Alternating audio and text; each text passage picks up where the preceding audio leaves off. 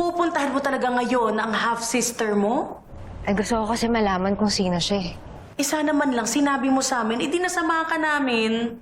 Exactly. Concerned kami sa iyo, Bes. What if adik pala yung kapatid mo?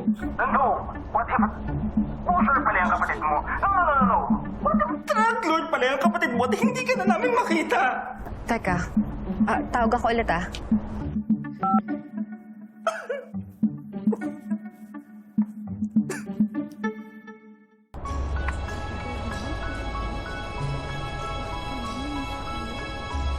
Yung lalaki dyan, pinatay, pinagsasaksak. Kaya pa naman nagkakatulog. Kaya nga. Sabi ko nga sa iyo, may nangyayari sa mga.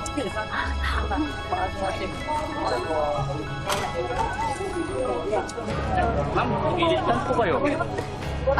Murphy Street po to, di ba? Ito po ba yung number 72 Murphy? Dito ba kayo nakatira? Hindi, nahanap ko lang si Angel, Sanggalang. Kano mo siya? Kapatid. Ano ko nangyari?